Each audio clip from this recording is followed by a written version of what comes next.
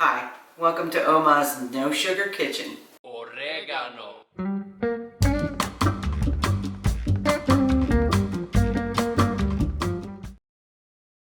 Let's make berry and green tea popsicles in Oma's kitchen today. These come out so good, I make them fairly often. I make them by the dozen and I double bag them and keep them in the freezer. We plow through them pretty quickly. These are my popsicle molds, and before you even start, I recommend that you make sure all of your popsicle molds will fit onto one cookie tray. And then you're going to want to make sure there's room in your freezer for the cookie tray to sit evenly. I rearrange the vegetables underneath so that I can get my tray to sit well without being wobbly. So rearranging, and then I make sure when I close the freezer that it will sit there correctly. I have frozen blueberries, some monk fruit that I'm going to use to sweeten, and then I have some blackberry green tea. This is a blackberry jasmine green tea. I wanted to show you the brand that I use because they use butterfly pea flower to add natural coloring to the tea, and it turns it kind of a bluish purple color, and I think that's wonderful when you're making popsicles. So I've got some fresh water, and I'm going to heat up 2 cups of water in the microwave.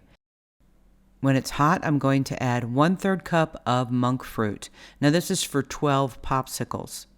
You're going to want to test your blueberries and see how sweet they are. I've got 2 big packets of the tea, and you'll see it turn the tea purple. This tea smells so good. It's got a strong blackberry smell and flavor, and I love it. It goes really well in these popsicles. You don't have to use this one. Any berry flavored green tea will work as long as it doesn't have sugar added to it. But I really love this one from the Stephen Smith Tea Makers out of Portland, Oregon. It's a wonderful tea. And no, they're not sponsors yet. I cover this over and put it in the refrigerator until it's nice and cold. Once it's cold, I get it out and remove the tea bags. Now I put my blueberries back in the freezer after the first part of filming, and now I've gotten them back out again. You want them mostly frozen. And look at the purple color of this tea. It smells so good. I've got my little Ninja blender here. I use it for smoothies too. And I like to catch the blueberries on sale and wash them and freeze them in half-pound bags. I add these up to the fill line, and I'm going to make 3 batches. Each batch will have 2/3 of a cup of the tea and monk fruit mixture and about 1/3 of the frozen blueberries, so 1/3 of a pound. I just watch the measurement levels in my giant measuring cup, and I can tell when I get to 2/3 of a cup of the liquid.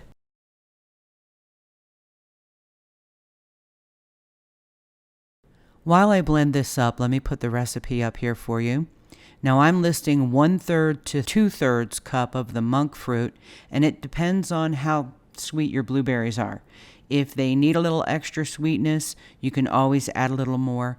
I try to use as little monk fruit as possible for 12 popsicles.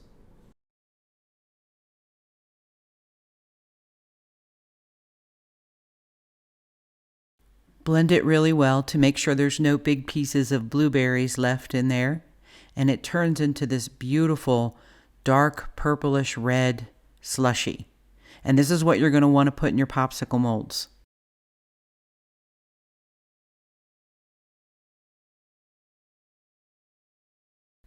I fill each mold all the way to the top, and once this one's gone, I make the next 2 batches for the popsicles. 1 pound of blueberries and 2 cups of the tea with monk fruit is enough for 12 popsicles.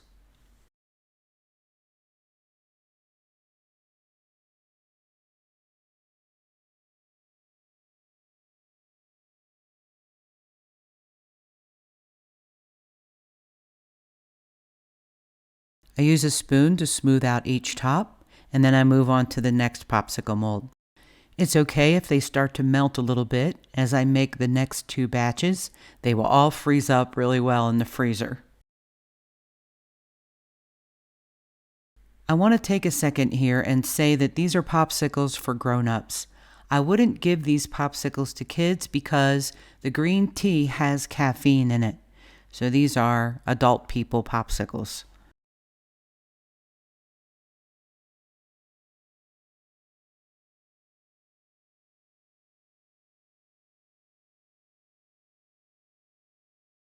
As you can see with the 3rd batch here, we've come out to about exactly 12 popsicles.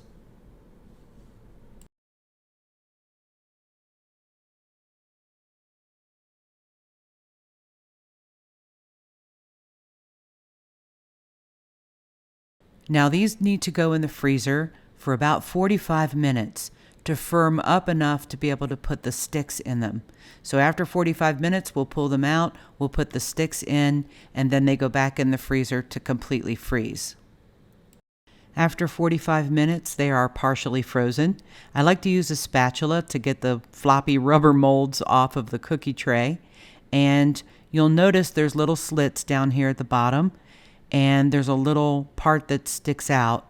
And that's where the stick goes in and then sits on the little part that sticks out. I'll show you. The first time you use the molds, you may have to run a little knife through that slit there to open it up. I had to do that to use that the first time. But you push it in just far enough so that the end of the stick sits on the little part that sticks out. And then you know the stick goes into the mold at exactly the same place every time.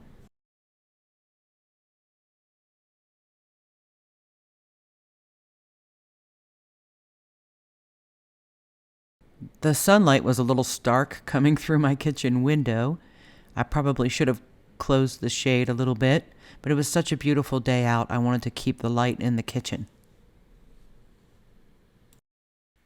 You can see this one on the end here where a little bit of the blueberry mixture oozed out of the little hole there, but that's just fine. We put the popsicle stick right in there, and they go back on my cookie tray. And then these go back in the freezer for a good 3 hours, maybe even 4 hours before I bag them up.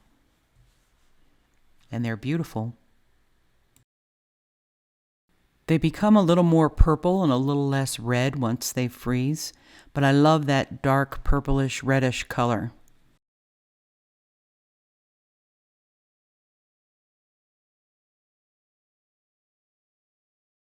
Now I have some bags here that came with my popsicle molds.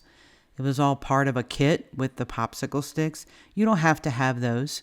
You can use regular Ziploc bags for sandwiches, but I'm going to go ahead and use up the bags since they came with the kit.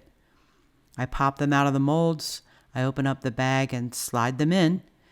Now these bags have a little bit of adhesive at the top, so I close those up. And then I bag them all up 12 at a time in a larger bag and put them in the freezer. As a diabetic, it is so nice to have some freezer treats, and these actually have some nutritional value. I really appreciate you making berry and green tea popsicles with me today, and thank you for joining me. Thank you for joining me in Oma's Kitchen. If you enjoyed the video, please don't forget to like and subscribe. I'll upload more tasty videos soon, and a special shout out to Moon Pie and Lil Bit. Till next time.